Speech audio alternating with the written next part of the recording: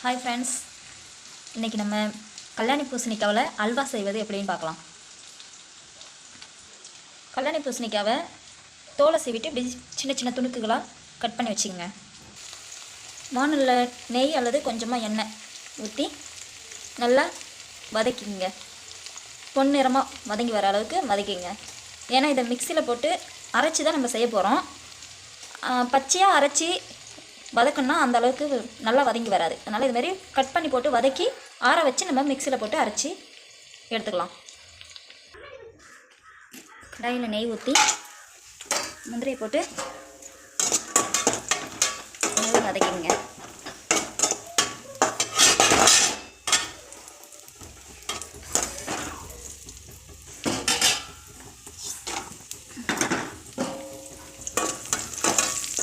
இதுவே திராட்சை முந்திரி சேர்த்து தேவையான அளவு வதக்கி எடுத்துங்க.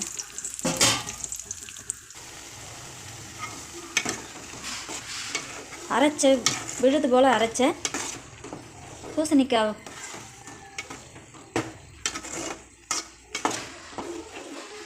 அடி பிடிக்காமல் நன்றாக கிண்டிக்குவோம். எந்த ஒரு உணவாக இருந்தாலும் ஸ்வீட்டாக இருந்தாலும் கொஞ்சமாக உப்பு சேர்த்துக்கிட்டிங்கன்னா இன்னும் கொஞ்சம் சுவையாக இருக்கும்.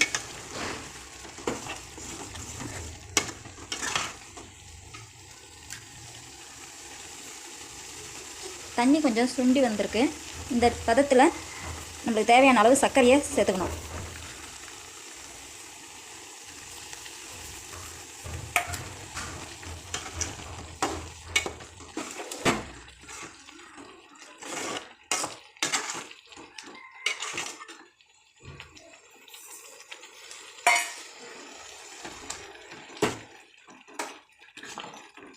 அல்வானா கலராக இருந்தால் தான் பசங்க கொஞ்சம் லைக் பண்ணி சாப்பிடுவாங்க. அதனால் கலருக்கு நான் கேசரி பவுட்ரு கொஞ்சம் சேர்க்க போகிறேன்.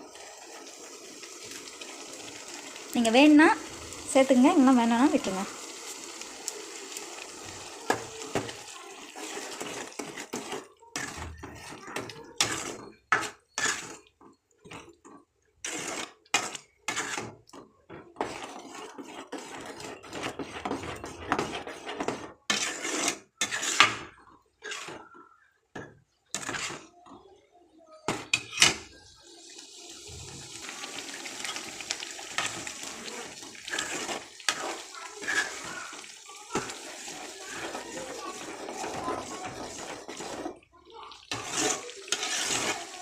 அடி பிடிக்காமல் இப்படியே கிளறி விட்டுக்கிட்டே இருங்க.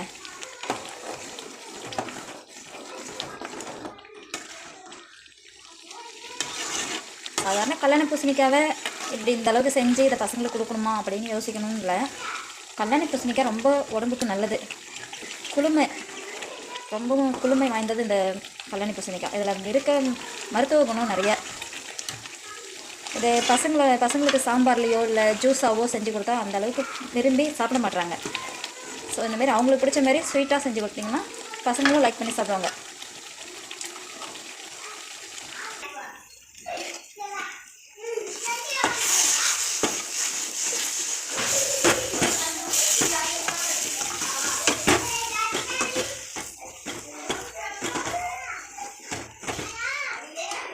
இந்தமாதிரி கெட்டியான பழத்துக்கு வரும்போது நெய்யில் பொரிச்சு வச்ச முந்திரி திராட்சையை சேர்த்து இறக்கி குழந்தைங்களுக்கு கொடுக்குறோம்.